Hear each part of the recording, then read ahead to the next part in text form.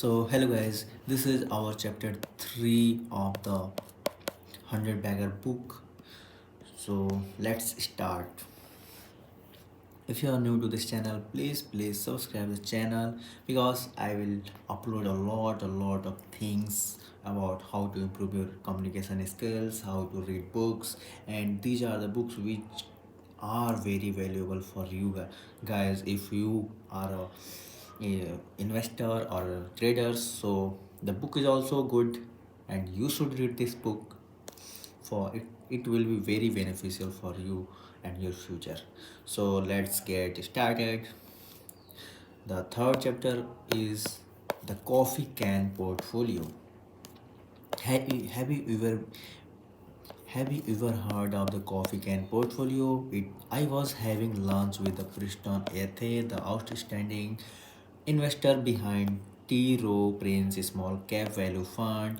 When he asked me this question, I had heard of it, which I think surprised him a little because I was only 12 years old when the idea came out, and it is not a mainstream idea. I knew all about it though, because the coffee can portfolio is one of those classic ideas that aficionados of finance don't forget. I want to tell you about the coffee can portfolio. It is an excellent crutch to 100 bigger Tom. It will help you hold on. It all began with the Robert Kirby, then a portfolio manager at Capital Group, one of the world's largest investment management firms. He first wrote about the coffee can idea in the fall of 1984 in the Journal of Portfolio Management. The coffee can portfolio concept harkens back to the old west when people put their valuable possessions in a coffee can and kept it under the mattress. Kirby wrote. The success of the program depended entirely on the wisdom and foresight used to select the objects to be placed in the coffee can to begin with. The idea is simple. You find the best stock you can and let them sit for 10 years. You incur practically no costs with such a portfolio, and it is certainly easy to manage. The biggest benefit, though, is a bit more subtle and meaningful. It works because it keeps your worst instincts from hurting you. In his paper, Kirby told the story about how this idea came about. The coffee can idea first occurred to me in 1950s. The Kirby wrote, back then he worked for a big firm that consulted individuals on their investments. He had a client he worked with for 10 years whose husband died suddenly. She inherited his stock portfolio, which she moved to Kirby's care. Looking at the portfolio, Kirby wrote, I was amused to find that her husband had been sincerely piggybacking our recommendations for his wife's portfolio. Then I looked at the size of the estate. I was also shocked. The husband has applied a small twist of his own to your to our advice. He paid no attention whatsoever to the sale recommendations. He simply put about 5,000 in every purchase recommendation. Then he would toss the certificate in his safe deposit box and forget it. In doing this, a wonderful thing happened. Yes, it meant his portfolio had a number of broken stocks that came to be worth 2,000 or so small positions, but also had a few holdings that ended up worth 1 lakh each. The kicker, though, was this: he had one jumbo positions of 8 lakh that alone was bigger than the total value of his wife's portfolio. As Kirby wrote, it came from a small commitment in a company that called Haloid. This later turned out to be Jillian shares of Xerox. That's an inspiring tale, a triumph of lethargy and sloth. It shows clearly how The coffee can portfolio is designed to protect you against yourself, the obsessions with checking stock prices, the frenetic buying and selling, the hand wringing over the economy and bad news. It forces you to extend your time horizon. You don't put anything in your coffee can you don't think it's a good 10-year bet. Poor Kirby had been diligently managing the wife's account, keeping up with the earning reports, trimming stocks, and adding new positions. All the while, he would have been better off if he had followed the idler's creed and just stuck with his initial ideas. Why don't more people hold on?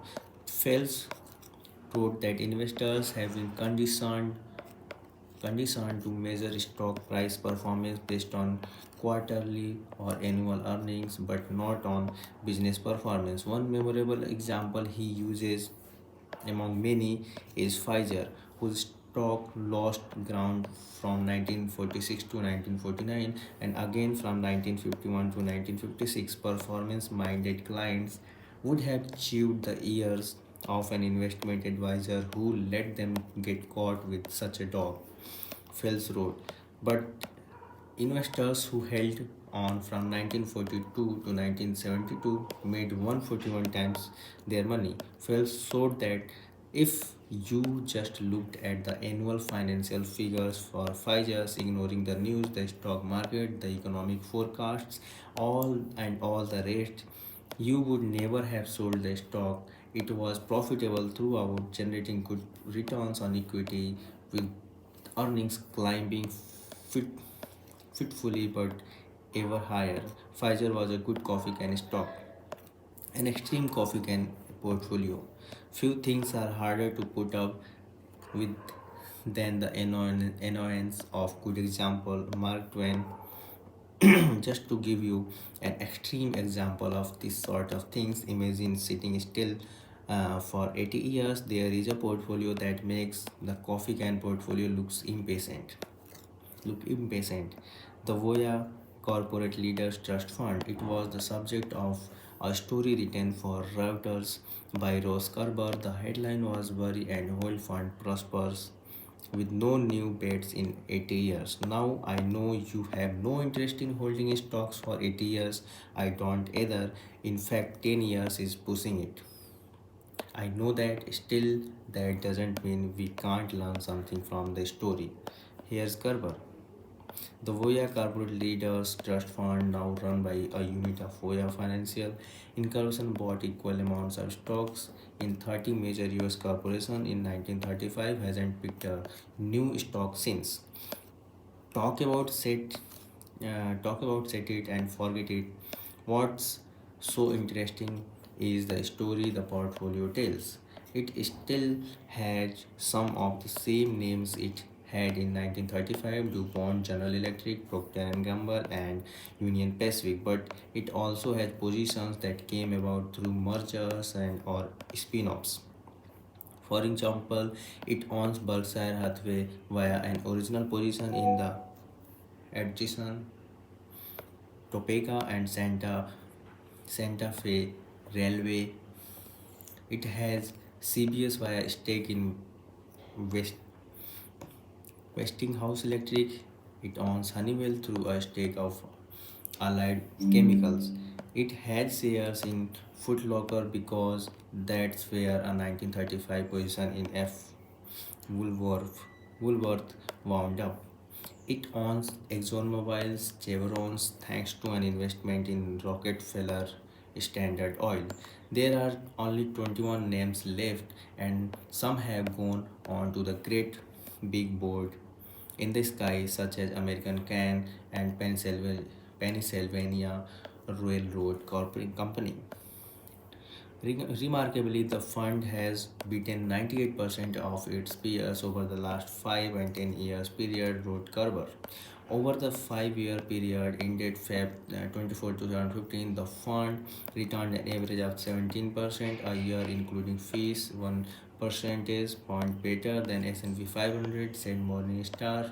For the For the 10 years ended February 24, the fund returned an average of 9.4% a year, including fees, 1.32 percentage point better than S&P 500. In fact, it's beaten the S&P 500 for 40 years. The fund's website doesn't go back any further than that, though I wonder what its performance has been like since inception. It is a low cost fund with a fee of just 52 basis points or 0.52%. Most funds fees was triple that, and there are few capital gains taxes to pay thanks to low turnover. The fund still has to buy and sell to meet redemptions and invest new money. All in all, remarkable little story about the power of sitting tight in a portfolio of carefully chosen stocks based on sensible investment strategy. The fund's original sponsor was corporate leaders of America. Today, after a series of deals, it's under Voya umbrella. The original fund had a simple mandate as described in a brochure on the fund's story. So thank you guys. In this video I keep my videos small, so I left this video here and I will end this. In the next video I will start from this point. So thank you guys. If you find my videos are good or knowledgeable for you, please subscribe. Thank you.